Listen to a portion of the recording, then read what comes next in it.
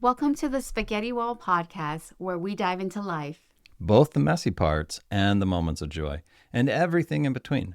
I'm Jason Wilcox, licensed clinical social worker. And I'm Dr. Tansei Lee, a licensed clinical psychologist. Let's roll up our sleeves and get started. Welcome to today's podcast. Today we're going to be interviewing Alex Luu, actor, entrepreneur, and glorious in all kinds of ways. Alex, how about you introduce yourself to our audience? Thanks for having me. I am a solo performance theater artist and also a teaching artist, workshop director, facilitator, as well as an independent filmmaker and actor. That's amazing. I met Alex through contracting him to come work with our Southeast Asian Youth Leadership Unity Retreat in Portland, I think a year or two ago. And I know you did it again this year. And I wanted you to just share and talk about my own story, that workshop that you created and have been facilitating for so many people. Absolutely. The two main things that I do is solo autobiographical performance theater and facilitate and teach this wonderful, powerful workshop called My Own Story, or like MOS. My Own Story is the workshop that I created myself, like in the mid to late 90s. I started doing autobiographical performance theater like in 88, 89. And I went to film school at UCLA. So I have a degree in film, directing, one of the best film schools, obviously, on the West Coast. And so I love film. I still dabble in film. But when I got out of film school, at least back in the day, like late 80s, early 90s, there was like no jobs, right? It was ridiculous. I would go to these job fairs. I was so naive at UCLA near the end of my graduation. And I would go up to all these tables and booths. You know how you saw those job fairs everywhere. And I would walk up and there was like nothing for film and theater. I mean, I'm thinking, wait a minute, where's the table for Paramount? Where's the table for 20th Century Fox? Where's the table for Universal? I was so stupid, you know? And I realized, oh, film and theater, for the most part, the performing arts, it's just one of those things where you have to do it yourself, especially for Asian filmmakers. And so I was so shocked I didn't have any work. And so I realized if I want to do what I want to do, I kind of have to like create it myself. Because back then, when you graduate from film school, the joke was you're going to work on a film or a TV show as a production assistant, as a PA. And the joke is, oh, you're the peon.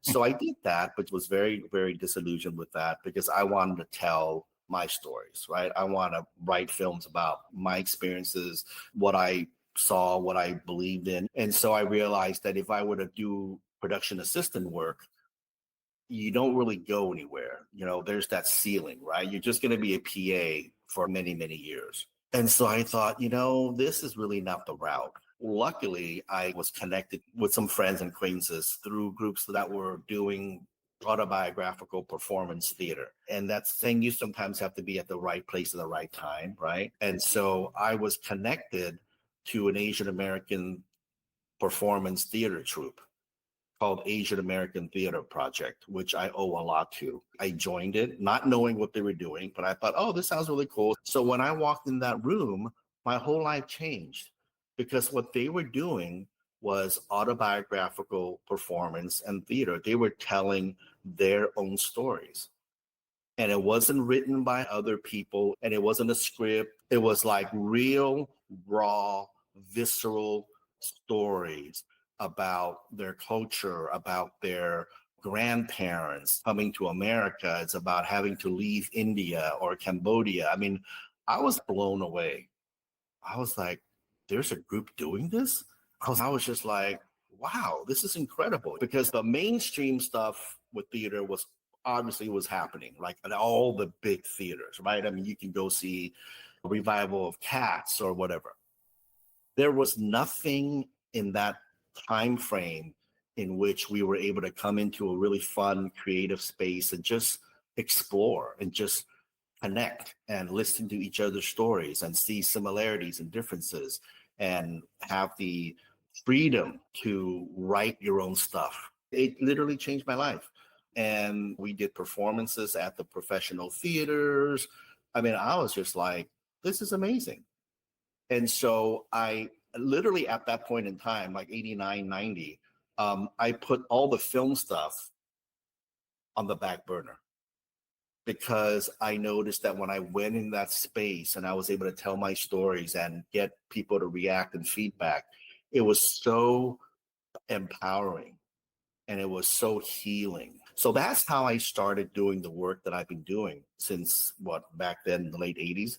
So I joined the group. We toured around the country for a couple of years, and that gave me the experience and knowledge to do my solo show. So I created and I wrote my one-man show called Three Lives.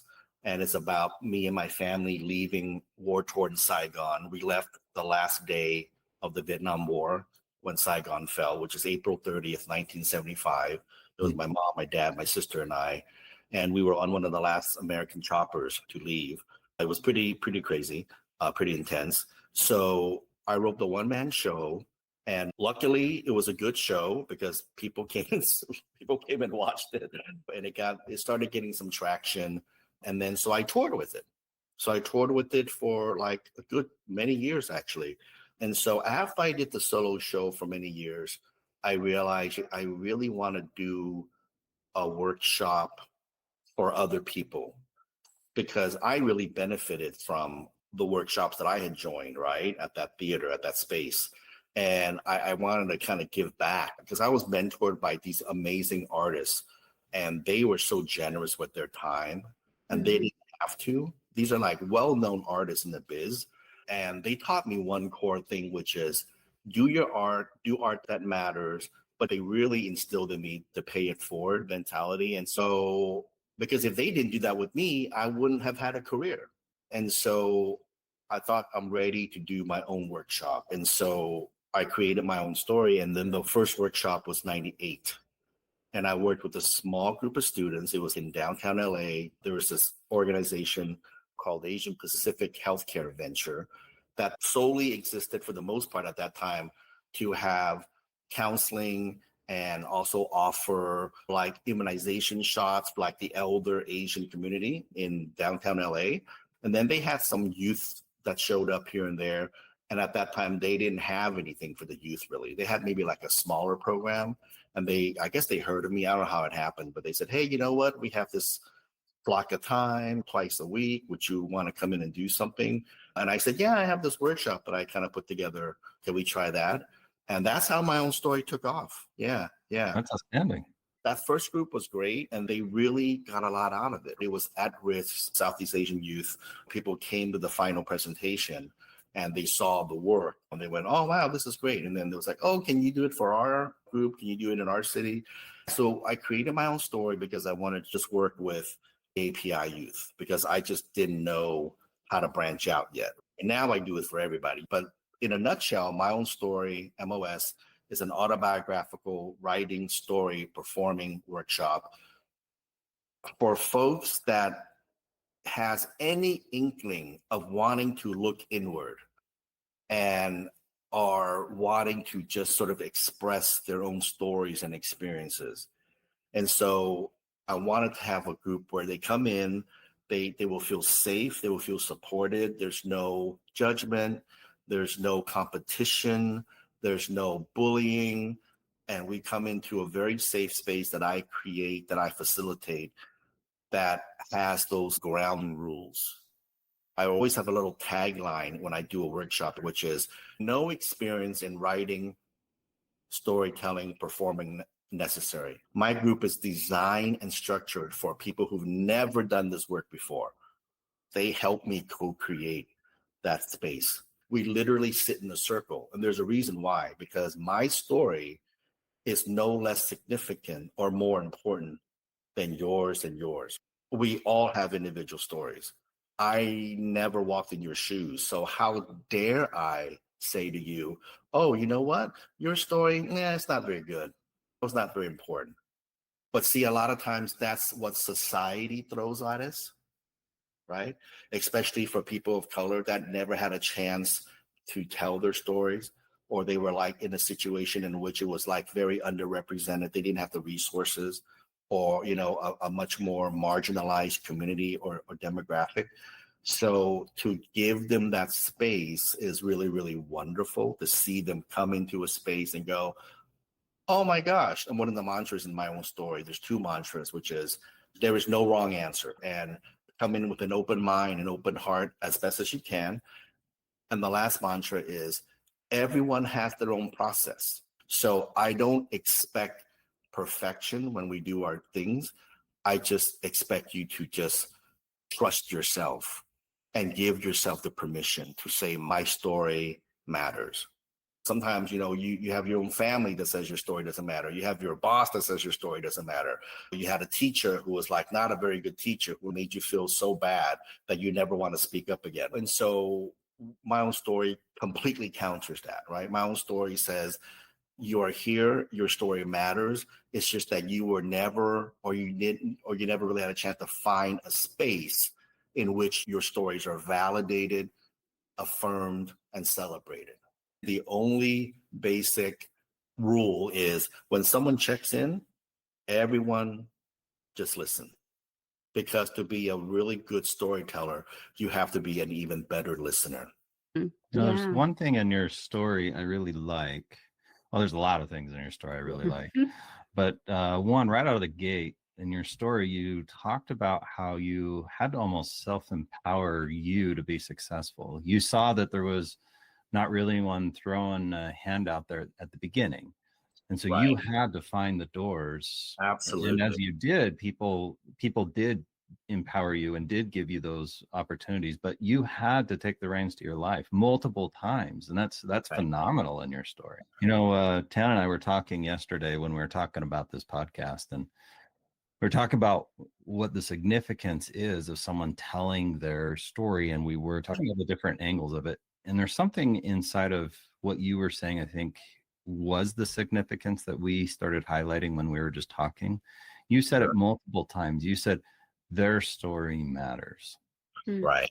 It's interesting how often in our life we have situations like you brought up, and moments where we don't feel like we matter or our story doesn't matter. And so Right. it like starts becoming this theme in our own mind that we do not matter. And in Right. the process of that you've created in this workshop, this Yes. process where they get to tell their story, and in that moment their story completely matters equally to Oh, everybody. absolutely. It's Yes. a Yes. moment to challenge this idea, this concept that can get stuck in people's minds, what we call negative core belief.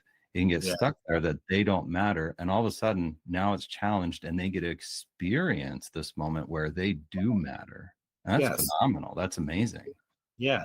And I've had few people for each workshop where the first intro that they do, there's always this theme that comes out of them, which is like, oh, I'm really curious and I'm really here, kind of want to try this. And then they'll always end it with, but you know, I don't have a story, or I don't know if my story is that unique. And when they say it, you can see even the body language. They'll usually look down. And then throughout the workshop, I want to explore that, right? So after a couple of sessions, I'll say, remember that first day?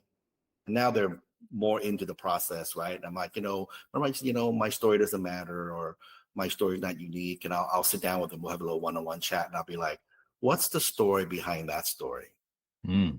Because there's always a story behind the story. And I'll have them say, my story doesn't matter. My story is not that unique. I go, can you say that out loud?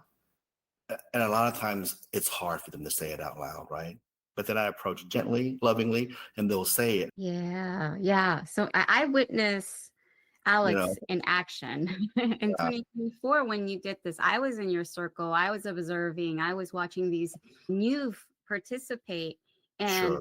everything you're describing, I saw in action. I observed the inclusiveness that everyone felt, and people cried during their prompts and their writing sessions, and people cried listening to other people. And you absolutely brought safety, inclusiveness, and you have a very gentle and skilled way of pacing for the new participants Yeah. and their nervous system. Yeah. And Yeah. it comes through in the empowerment and their voice when Yes. you see the end product. And I'm so glad you saw that. It was so powerful. And I think for most participants, I would say it's probably one of their first times in which they really started recognizing, Mm. started to believe a little bit that their story matters. Every workshop builds upon the last one. So it's always good to be at all sessions. I literally see, for lack of a better word, like the transformation of them knowing that their story matters or starting to believe in it and having validation from me and everybody else in the group. And the last thing about the my own story process is I always let them know that, you know, only you can tell your story in the most honest way, right? I mean, but of course you have to be open about it, and we do exercises that create that sense of connection and all that stuff. But I can't write person A's story. Okay, I mean, if person A sat down and talked to me for 2 hours, I mean, I guess I can put it together in a narrative way, but I didn't feel what person A felt when that happened. I didn't go through what person A went through. And I'm so about what you went through, what you cried over, what you were completely joyous about when that happened. I'll get the filtered version if I were to put it together. So my own story also, it is challenging because it's asking them, hey, you know what? By the way, did you know that you write your story the best? And then they always think that's a mind-blowing thing. They're like, oh, well, really? And I go, yeah, just try it. And so them being able to see, that's also very powerful because especially for people of color, especially like with film, a lot of the portrayals historically have been very, very negative, have been very, very stereotypical, have been not the most true representation, right? It's gotten better the last 10, 15 years or so, roughly, which is really good. But it's my own story really just gives each participant their own space where they can just say, hey, you know what? I do have a story. I'm not sure what it is yet. You're going to explore that in the workshop. But I've never had a person come out of the My Own Story workshop saying, oh my God, that was the worst thing I've ever done. Like I've never had that. Right. And it's a testament, not really to me, to be quite honest. I mean, I'm a small part of it. I guide them. It's a testament to them willing to believe and for them to say, oh my gosh, my story does matter. And I actually wrote all these different stories and I actually went on stage and I presented it. I quote unquote performed it. And so that is the last part of the workshop where it's very empowering and also very healing. 2 points that I think I'm coming to hear more and more as you're speaking about the process is one, it's not just about putting words to your experience that is healing, but making meaning of it as you create the story you put into what you thought you couldn't. And I think there's a component because I am, as a therapist, I also do somatic experiencing and then training that. I do EMDR. So it's a lot of like nervous system, body, physical stuff that we do to discharge trauma. So I have a question around, I see you guide them through physical activities where they're doing stuff with their bodies that they may not thought they could do or feel silly. So there's a lot of physicality and somatic discharge. So could you talk a little bit about how is also part of the storytelling? Sure. Yeah. I have a certain style of storytelling. My storytelling is very physical. It's very visceral to work with their physicality and their final quote unquote presentation. The activities that we do, first of all, is to get each participant to come out of their comfort zone, right? Is to say, hey, you know what? You have to be in tune with your body too.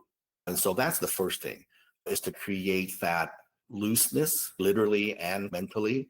And I do it with them. And so that's the first stage of the first level. And then the second level is to have them know that their body is not just made or designed to just do basic things, right? I have this thing called defunking the funk. We all have the funk. We wake up, roll out of bed, go to the restroom, brush your teeth, take a shower, make your coffee or whatever, brush your teeth. You do the same thing, walk to school, get in the car of your mom's van, whatever. And you have what I call a daily funk. That's just what our bodies are used to, right? And unless we're like athletes, we don't really use 80% of our bodies, right? We just do the basic things, And so what I try to do is like, hey, you know what? You have this daily funk. And so let's get out of that funk. Let's play. So the activities do that as well. And when we do the physical stuff, they're really wacky stuff. They're just funny, like totally weird in a good way. We make some noises. So then I do it with them and I encourage them. Once again, there's no wrong answer. Everybody does it in their own pace. All I ask is just try to give it your all. Just try, right? You don't have to perfect it. I'm not looking for perfection. I'm looking for process, right? Okay. What is your process when you do it? Because somebody can do an activity and you know what? It will trigger a memory. Okay. So even the physical activity, that is a story unto itself. So a person can do this wacky activity and you know what? I've seen it. They'll remember something. And then we'll talk about it later.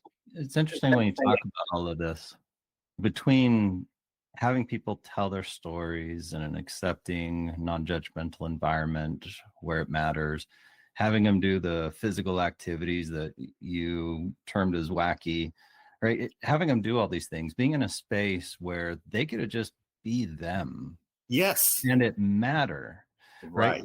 In society, it's fascinating if you look at commercials and movies and all over in society, whether groups, wherever, and you often have a message of, you only matter if you wear this jewelry. You only matter if you wear this makeup. You only matter if you wear these clothes. You only matter if you operate this way. Those are the only ways you matter, which completely is in the face of the reality that they matter regardless of those things. Right. And what you're getting to in your program, it sounds like, is you really get people down to their core of they just matter, period. Yes. Yes. Yeah. Once they start playing and once they start seeing everybody else is doing it, including me, it does evolve. They get more into it. There's a lot of laughing. And then fast forward to their final presentation, but like a fully realized performance piece out of each story is usually 6 to 8 minutes. And each piece will have a physical aspect to it. So each participant is not going to stand there and just read, because a lot of times when they're putting their story together and I help them shape their final pieces together, sometimes a physical movement will speak volumes. Like you don't have to say 9 sentences that you wrote. What is a physical movement that encapsulates that? And you can just say it in 3 words. Love it.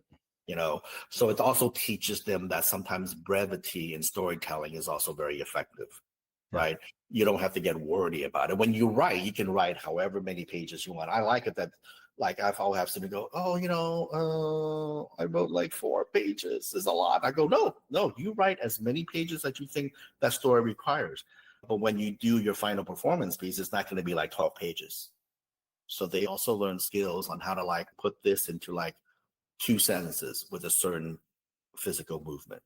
So that's the last part that I incorporate when they put together their final performance pieces. Storytelling, I mean, that's like built into humans. Yes. Like, you can see it throughout all history. It's absolutely. It's embedded into what we do between watching TV shows, reading books, looking at history. We tell stories to our families, friends. It's so embedded. Yes. My question for you, since we know this is so profound and so impactful, for those that can make it to a workshop or a conference or anything, that's awesome. But what about our listeners who aren't going to be able to make it to a workshop, aren't going to be able to make it to a group like this, and they want to utilize what we're talking about here? What do you think they could do in their own individual life to implement what we're saying? Yeah, it is challenging. And I think for folks who aren't able to come into a workshop, I think a really important thing is to do the writing of it, because that they can control. Is it like journaling? I mean, yeah, it is. But I would say a good tip is, what are your most joyous, most triumphant memories and experiences? And on the opposite end of the spectrum, what are your most heartbreaking, viscerally like tragic moments in your life? Those ends usually make the most real and honest stories. Hmm. So if a person can't be in a workshop, whether it's mine or someone else's, where we really dig deep as a group, if you are quote unquote courageous enough to do that, then you can do a part of it, a chunk of it. But some people, it's not that easy. They have to be in a nurturing, validating kind of a dynamic to do Yeah. that. Some You know, people need more of that person to person guiding, absolutely. hand holding, Sure. encouragement, accountability. I'm that kind of exercise person. If I do it by myself, I probably won't have the discipline to. I'm the same way. I'm the same way. So I'm the same way. Yep, yeah, exactly. and some people who I think even in my work as a therapist, some people who are very introspective and can go internal and reflect and ask themselves questions, they could probably do that Sure. on their own really well.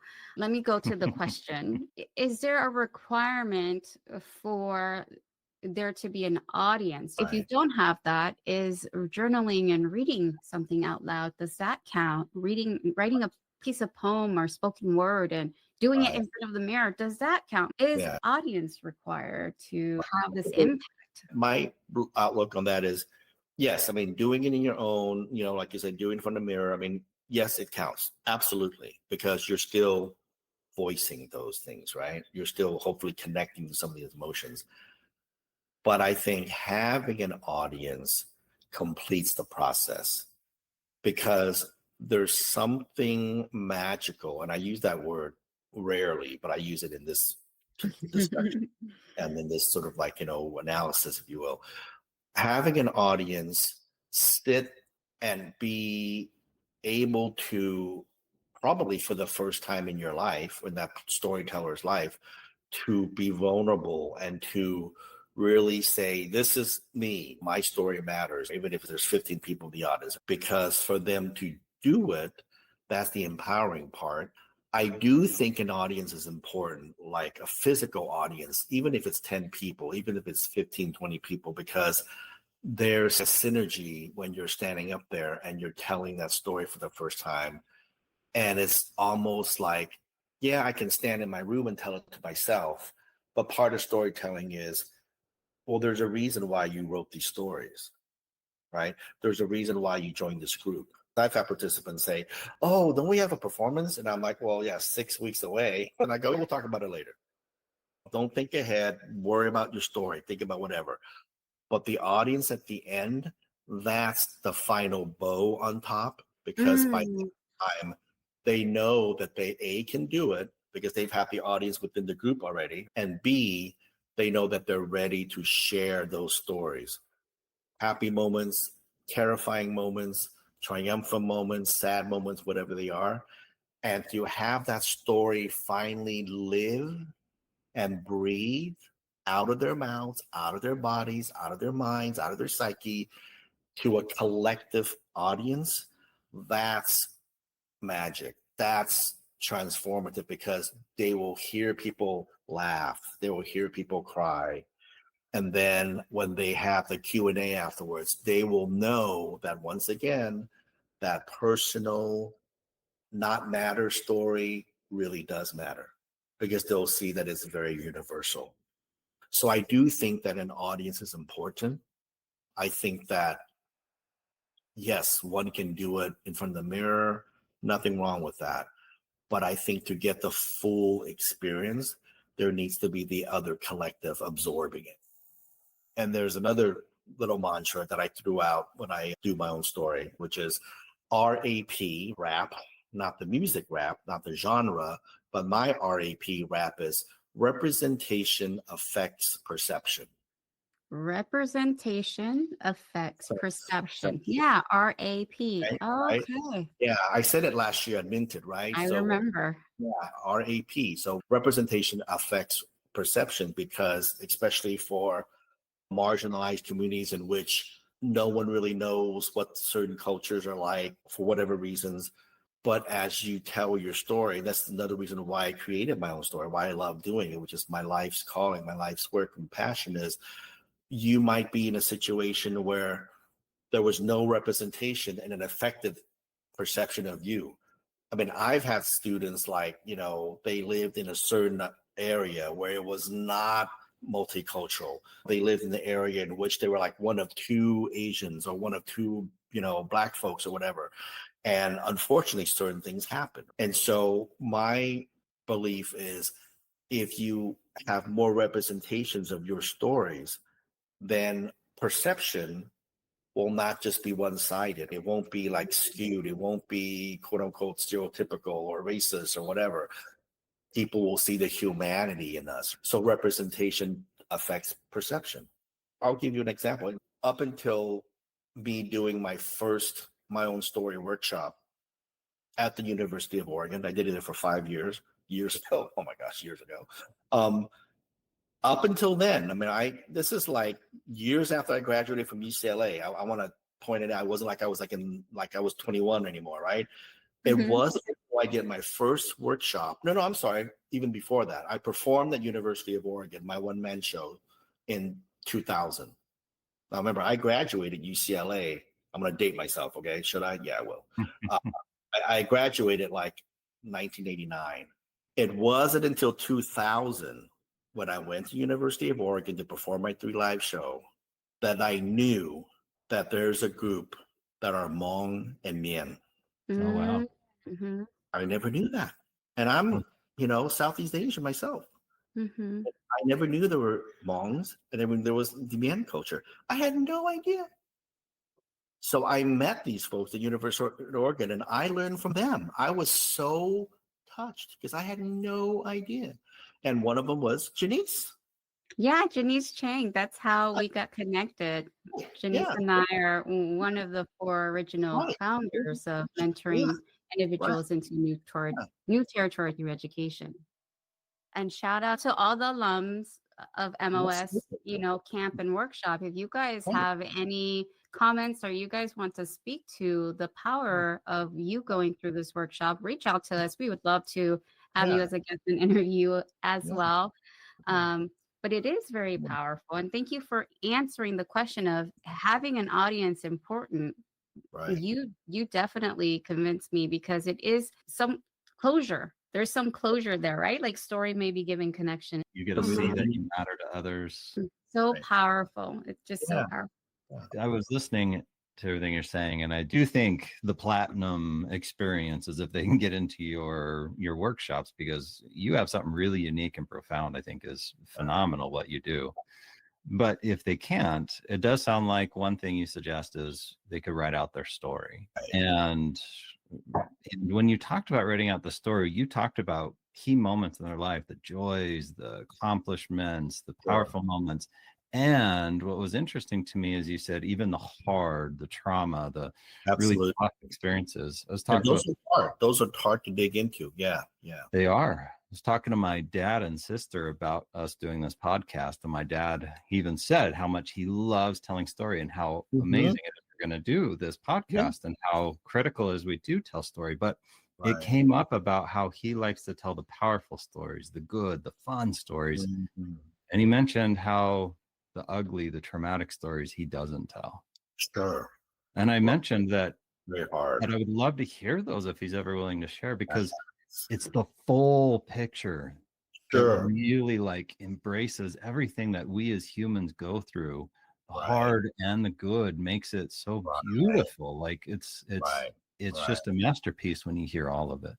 Yeah. But it also sounded like not only writing our story can be helpful, saying it to ourselves or saying it in the mirror, but my brain started going all over the place when you guys were talking about maybe it's even a place if your home life, your family, if you're adult and you have kids, This might be something you could do with as a family unit, or if you have a close group of friends that you get together and this is an activity you do together. I mean, these are things where you can incorporate what you're talking about to still have some of these beautiful experiences.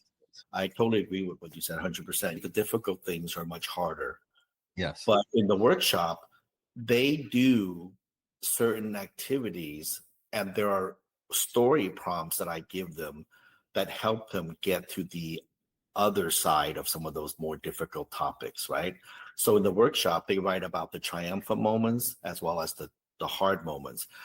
But it's not where a session will start. I have specific activities and specific prompts that are interconnected that brings them to that space in a really, really powerful and safe way, right? Yes, it's that gradual, I would say it's almost a form of, I think MOS workshop really personifies in this very structured, safe way of like exposure therapy. You're desensitizing them. You're making them go, oh, this thing that I thought was so scary, it wasn't that scary, and I can do it. And it's very gradual. I love the pacing. In that particular weekend, when you did get to the prompts that were difficult, I mean, I saw 4 or 5 adults walk out of that room crying. Yeah. You know, and I'm like, oh, I just missed something powerful. Darn. You know, so it's the pacing, I think. And one other thing about the wholeness of having all parts, the good, the bad, the fugly, right? Is that it's the whole thing. When Jason, I think you missed that one part where I thought was so powerful that you did say to your dad, I think in recalling it, and you correct me if I'm having the wording wrong, but you said, Dad, I feel like I wouldn't know you fully if those are missing, right? If you're just only telling the good parts of your life, I feel like there's a big part of you missing that I don't know you fully if you don't share those parts of you. Was that? That's what I mentioned. I've had participants where it almost mirrors, Jason, what you talked about with your dad and some of the unfilled spaces, where I've had participants come into the workshop and they're in the same classes, if I'm in a college or whatever, and like they've known the person since they were a freshman year and they're best buddies or whatever, and then they're seniors and they're doing my workshop. And I've always had a lot of times with participants where they go, oh my gosh, I've known you for 4.5, 5 years, and we talk all the time, and I had no idea that happened to you. Right. Like, I didn't know that story. Like, this is some of the difficult things, right? And they're like, oh my gosh, I didn't know that. And then the other person would be like, well, I wasn't sure if I'd be accepted if I were to tell you that. Right. You know what I mean? But in that safe, creative space that we created as a group in the workshop in MOS, they were able to share that story. And then the person who listened to it is like, oh my gosh, I had no idea. And it's always met with hugs and tears and affirmation. It's never like, what the hell? Like what, that happened to you? You didn't tell me 3 years ago. It's always like, what? Why didn't you tell? Oh my God. And so I think that says a lot about what you had mentioned, Jason, a few minutes ago, which is some of the difficult things. I mean, because it's so difficult, we tend to kind of bury it.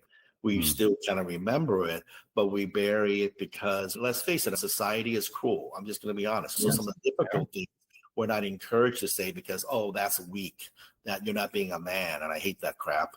And there's a lot of shame. There's a lot of guilt. There's a lot of remorse. I think when sometimes some of those difficult things are not talked about, it's not because it didn't matter to that person, but that person in his or her own way were also told, whether consciously or subconsciously, to not go there, because then you're risking like rejection, you're risking not being loved back, you're risking societal like taboo, right? So I think it's so loaded that it's very, very apparent why some of those things aren't talked about. And I totally get it as a workshop facilitator, because I've gone through my stuff that when I finally wrote about it, I was like, oh my gosh, I mean, I released it, you know, but it has to be done in a way in which that person that has been quote unquote silent about it, it has to be done in which that person feels safe in doing it. Correct. Absolutely. You don't do it if you don't feel safe. It's not like carving the Thanksgiving turkey. Hey, by the way, remember I mentioned that one?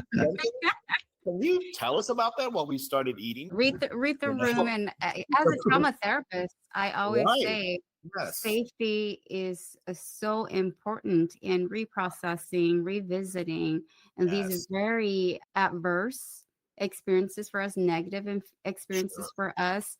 Sure. And you talked about how magical and transformative it is. And there, I think I'm seeing when you share it and you put words to it and you perform it, something happens in your body, but then Mhm. something also happens as the community and the people Yes. around you, right? They're witnessing it.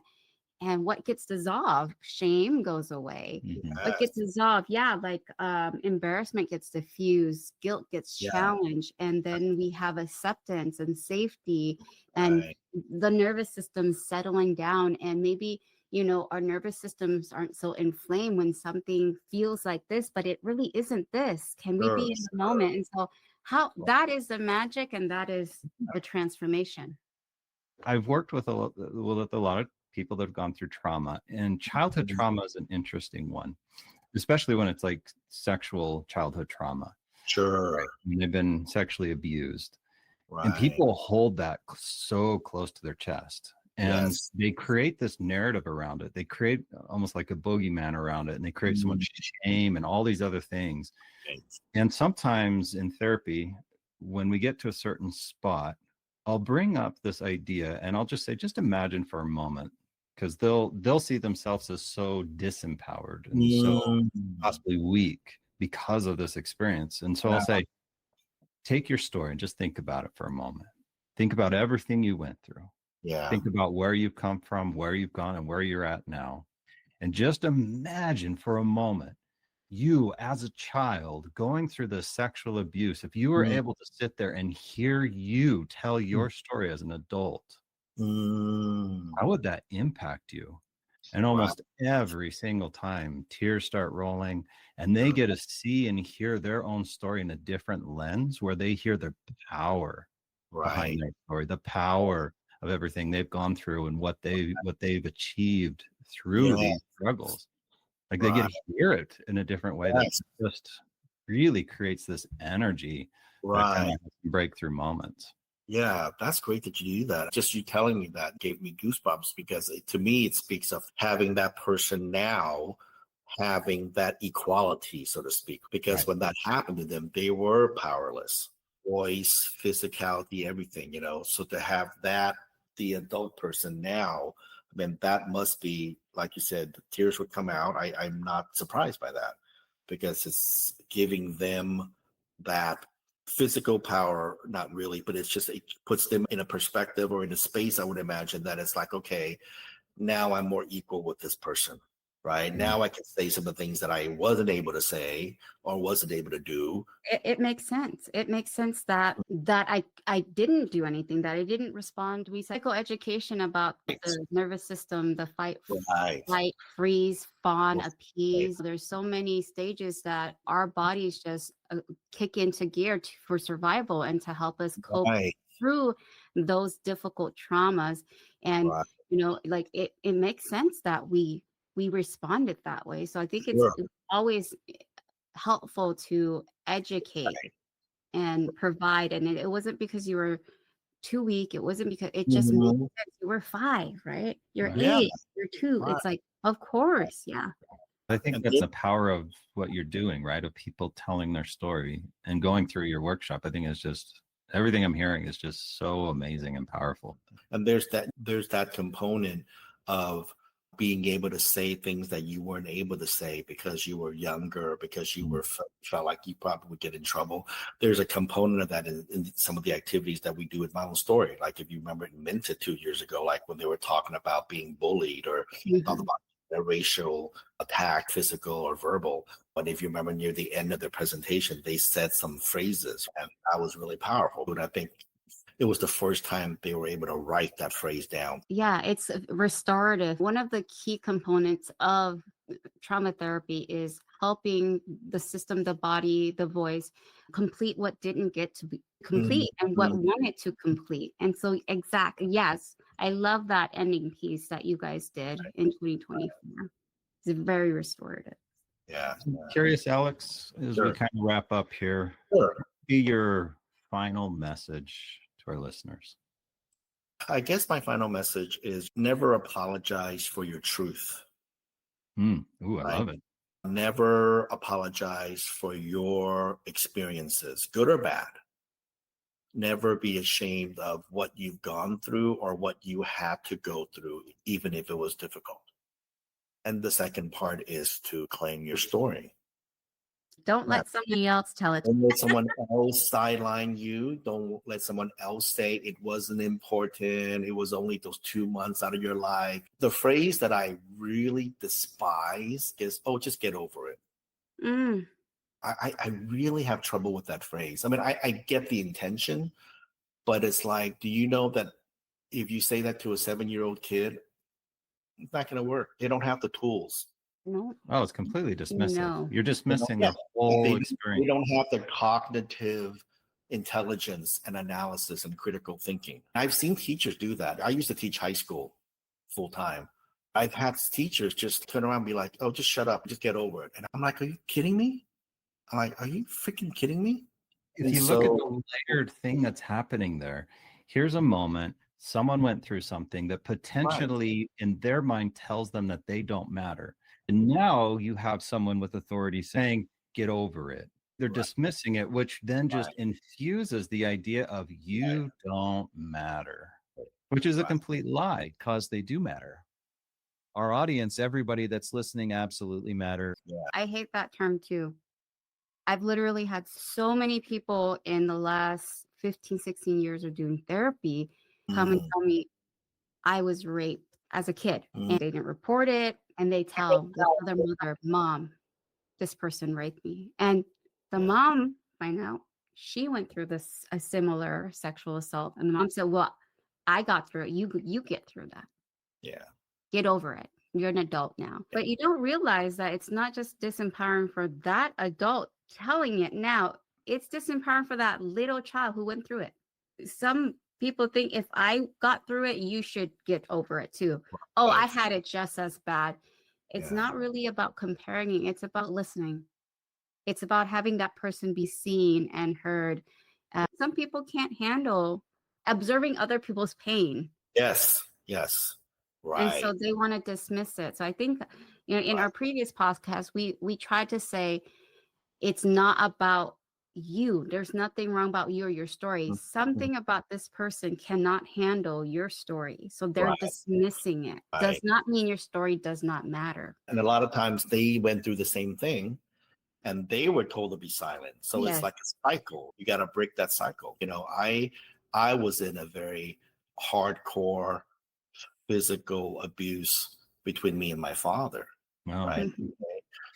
And I mean, he beat the crap out of me like on a daily basis on me for years. Like even when I was a sophomore at UCLA, it was still happening. Jeez. Right. So from when I was like, 4 years old, literally until I was a sophomore in college. I mean, that's just mind blowing. Right. I mean, I didn't have the tools. And then when I finally got a little bit older and I had to deal with it, I ended up writing about it. I performed it. It's in my show where I play my father and myself. So going back to the message, don't apologize for your truth. Don't apologize for what you seemingly have been told has been like a weaker part of you. That's a part of you. So never apologize for that. And your voice and your story may not come right away, but it's in there. You might have to be in a group. You might have to do it one-on-one. I mean, I don't know what the sources or the resources are, but it's worth it to explore those things because, you don't want to censor yourself. You don't want to silence yourself. So that's sort of like my message, is to be the best part of you as you can be, but really know that there's core truths about you that might not be the most comfortable thing, but that's okay, because if it's always like not talked about, then it's still going to be that weight and chain around you. And once again, representation affects perception. So I think when you tell your story, whether it's a triumphant story about your culture or a tragic story about what happened to you, whatever it is, it will affect the way someone perceives you, because they are finally seeing something that they thought either never existed or they didn't even know that happened to you. Is there a website, or do you have a contact that you feel comfortable? Yeah, so they can contact me on Facebook. I'm the guy that's have much longer hair in the old picture, and I'm holding a white teddy bear, and I'm holding a lighter to it. That's another piece. That's another performance piece that I do. Toy Town, USA, when I walked in, and this person was very racist towards me. But anyways, Alex Luu, Luu. And my Instagram is Alex, it's lowercase, Lex 98 MOS. 98. Oh, love it. Yeah, because that was the first year we had the MOS performance. So it's ALEX 98 MOS, lowercase. Yeah. Yeah, yes, definitely. I support your work. I think the world of it, and I think more people should be exposed to it. So thank you so much for telling us about your journey, about the creation of MOS, and just spending some time providing some insight to your process. Yeah, thank you so much. Alex Luu, the great actor, entrepreneur, runs my own story program and workshop, and a great human being. Thank you so much for joining us, Alex. If you found this session helpful, consider sharing it with someone who might need it. And don't forget to subscribe for more real conversations about mental health, happiness, and how we keep going even when life gets tangled. Until next time, keep showing up, stay curious, and remember, the mess is the method.